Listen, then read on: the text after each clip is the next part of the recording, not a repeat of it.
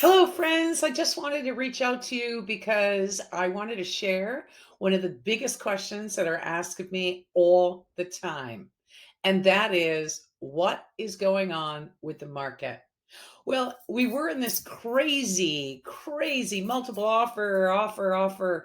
That has died down. Unfortunately, the radio and the TV has a lot of interesting information they're providing. It's really important that you talk to a professional to find out really what is going on in your neighborhood. And really just summarizing in general of what is going on, and that is buyers are still out. They are looking for properties. I mean, yes, interest rates have gone up, but let me tell you, friends, you know what's going to happen with the interest rates? When those little tulips come out and all the other little forsythia bushes, the interest rates are going to continue to go up. And that is what I'm being told.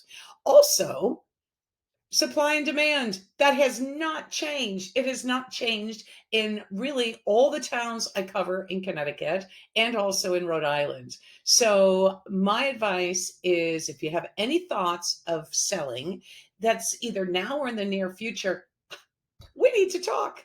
So, be well and have an awesome day.